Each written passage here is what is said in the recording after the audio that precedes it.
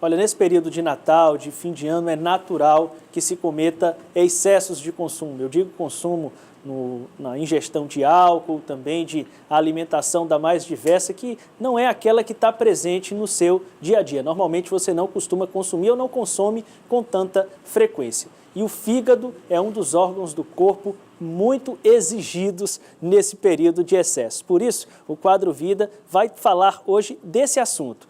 Os excessos que não se devem cometer e, da mesma forma, o que fazer para depois você retomar a sua rotina normal. A gente está recebendo aqui no estúdio o médico hepatologista Juvenal Gomes, especialista nesse assunto. Boa tarde, doutor Juvenal. Boa tarde. Tudo bem? Tudo bom. A gente vai exibir aqui algumas imagens, né, para ilustrar o que passa o nosso organismo, especialmente o fígado, nesse período. Ele é um órgão que termina sendo muito exigido. Por quê, doutor? O fígado é um órgão responsável pelo metabolismo do nosso corpo. Tudo que você consome, tudo que você ingere, passa pelo fígado. Medicações, alimentação em excesso de gordura, proteínas, tudo passa pelo fígado. Ou seja, quando você se alimenta, esse sangue que vem do intestino, que é absorvido aqui no intestino, ele vai para o fígado. E esse sangue, contendo essas toxinas, esses nutrientes, passa pelo fígado para quê? Para ser desintoxicado e para ser processados os alimentos que vão ser úteis para o organismo. Ou seja, após passar pelo intestino, ele vai passar para o fígado, depois de processado, eliminadas as substâncias tóxicas, e os alimentos processados, ele vai para o coração e depois ser bombeado já com substâncias prontas para todo o nosso organismo. Quer dizer, quando você tem um excesso na ingestão de álcool, você sobrecarrega o fígado. Isso, quando você sobrecarrega o fígado com a ingestão de álcool ou qualquer outra substância, né? Alimentos, por exemplo. O álcool, se ele for ingerido em pequena quantidade, não há problemas, não tem problema. O fígado ele vai conseguir metabolizar esse álcool. O problema são os excessos, né? Para você ter ideia, essa quantidade ela não é uniforme, por exemplo. No geral, uma mulher ela consegue metabolizar cerca de 40 gramas de álcool por dia, né? E o homem 60 gramas de álcool por dia.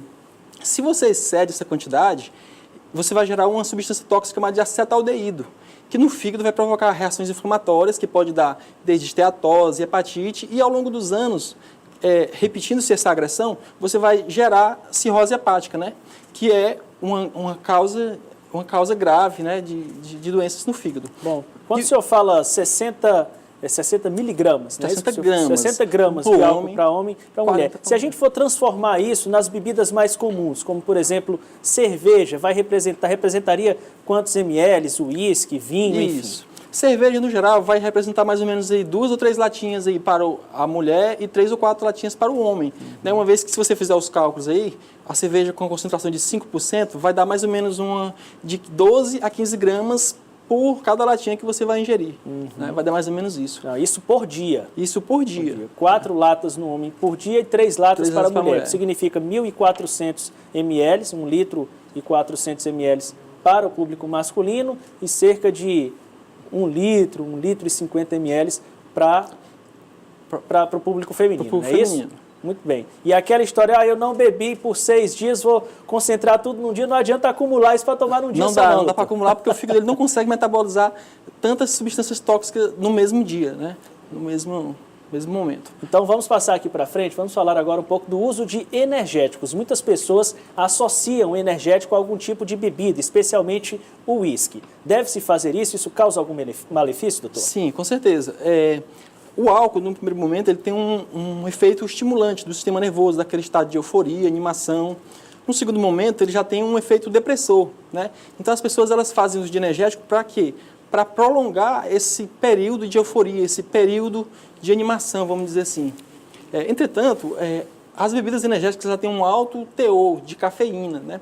Essa cafeína, ela provoca várias reações no nosso organismo, desde o aumento da produção de ácido no estômago, aumentando as gastrites, o refluxo, desde efeitos cardíacos, como, por exemplo, o aumento da frequência cardíaca, o aumento da pressão arterial, podendo desencadear infartos, né, derrames, né, que é o AVC. Sem falar na quantidade de açúcar, que os energéticos têm uma grande quantidade de açúcar, né? Uma grande concentração. De açúcar, ou seja, pacientes que já têm intolerância à glicose, que já são predispostos a terem diabetes, vão ter picos hiperglicêmicos. Especialmente porque nesses pacientes aí, esse uso de energético é duplamente perigoso, porque o fígado ele não consegue metabolizar todas essas substâncias de uma vez só, né? Você vai sobrecarregar um órgão, é como se você estivesse numa fila de um banco que tivesse muito cheio e que tivesse só um caixa para atender todas essas pessoas, que no caso são todas essas substâncias. Ou seja, o fígado não consegue metabolizar isso, né? Isso é um grave risco, um grande risco para a nossa saúde. Existem níveis seguros de consumo de energético? Sim, no geral uma pessoa, por exemplo, de 70 quilos, ela consegue ingerir aí 70 quilos, 175 miligramas de energético por dia, o que corresponderia a mais ou menos aí 2 latas de energéticos, né? De energético. Então a gente recomenda sempre quando a preferência com espaçamento entre a ingestão de um e de com outro. espaçamento, né? Não misturar com álcool.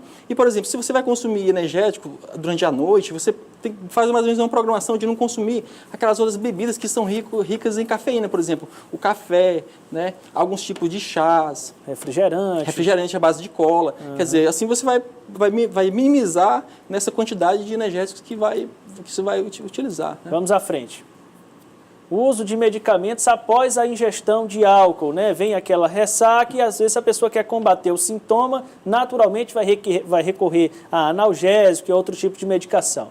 Isso é uma situação muito, muito temida, né? Especialmente por nós médicos hepatologistas, porque esses medicamentos aí, junto com o álcool, podem causar efeitos que podem levar até à morte, né? Podem levar a hepatites graves, hepatites medicamentosas graves. Por exemplo, o uso duas drogas, 2 medicações que são muito temidas nesses pacientes que tomam, ele ingere álcool e depois ele vai sentir dor de cabeça e vai logo tomar uma medicação, por exemplo, os anti-inflamatórios, né? Os anti-inflamatórios, eles inibem a produção de uma substância chamada de prostaglandina. A prostaglandina, ela serve para quê? Para proteger tanto o estômago, o rim e o próprio fígado. E pode desencadear aí no estômago desde quadros de hemorragia grave, né?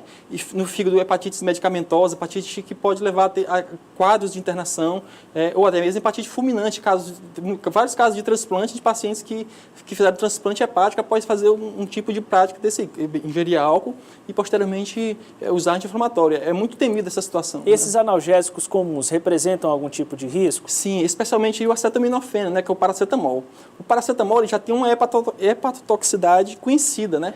Ou seja, o paracetamol ele tem essa hepatotoxicidade e a gente já sabe mais ou menos a dose que representa esse risco. Entretanto, quando você ingere o álcool, você perde a noção dessa dose porque você vai ter 2 substâncias aí que vão se somar, né, na toxicidade, né? Então, tem casos de insuficiência hepática, né? Desde hepatites medicamentosas menos graves até quadros de insuficiência hepática extremamente graves. O ideal seria tomar a outra substância, no caso de dipirona, a remédios à base de dipirona? Sim, com certeza. E não misturar com álcool, né? E nem após você fazer o uso de bebida. As gastrites, as úlceras, né? São desencadeadas, por exemplo, por uso de anti-inflamatórios, né? Muito bem. Vamos lá para frente. Nós temos alimentação. O que se deve evitar na ceia de Réveillon, doutor? Na verdade, o que você tem que evitar são os excessos, né?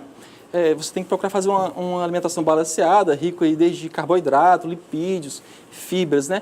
O excesso dessas substâncias, como a gente falou inicialmente, todo excesso que você ingere, seja de medicação, seja de alimento, isso é armazenado no fígado em forma de energia.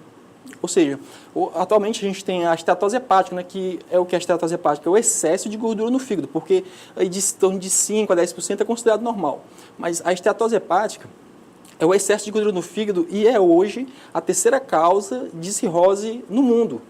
E muito em breve vai ser a principal causa de cirrose e de transplante hepático no mundo, né? Você tem a primeira causa, o que é a hepatite C, a segunda, o próprio álcool, e a terceira, a esteatose, que muitas pessoas elas minimizam porque também são achados, né?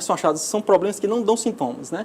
Ou seja, você faz às vezes um ultrassom, aí aparece lá aquela gordurinha no fígado, ou você faz exames de sangue, né? Que são as transaminases, TGO, TGP, e a partir daquilo ali você tem a noção de que você está com aquele problema. Mas são problemas que cronificam, né? E esse é o problema, porque são problemas silenciosos. Então, diariamente no consultório, chega paciente e fala, doutor, nunca bebi, nunca ingeri álcool, eu estou com cirrose, que vem justamente do depósito dessas substâncias no nosso fígado, né? E a preocupação é por quê? Porque tudo isso se dá de forma assintomática, silenciosa, né? O fígado sofre calado, né? E quando você vai ter alguma manifestação dessas doenças, são doenças que já estão descompensadas, né? Que já tem processo de cirrose, de descompensação, né? Muito bem. Depois da pessoa exagerar um pouquinho, como voltar a rotina? O que ingerir, em que quantidades, o que fazer? E é voltar de forma saudável, né? Fazer atividades físicas e fazer uma dieta mista, né? Rica em carboidratos sim, lipídios sim, eles são importantes para a nossa dieta, né? E fazer atividade física de forma regular, evitar a obesidade, né? E para que você combater o sedentarismo, o diabetes, que são doenças que vão provocar aí danos aos nossos órgãos, ao fígado e ao sistema digestivo de maneira geral. Muito bem, nós conversamos com o hepatologista Juvenal Gomes, que nos trouxe aqui informações sobre o que fazer e o que não fazer nesse momento aí da ceia, das festas de virada de ano, onde normalmente cometem-se exageros. Muito obrigado, doutor Juvenal, pelos esclarecimentos. Estão às ordens. Tá? Um prazer. Obrigado. Boa tarde para o senhor e boas festas. Boas festas.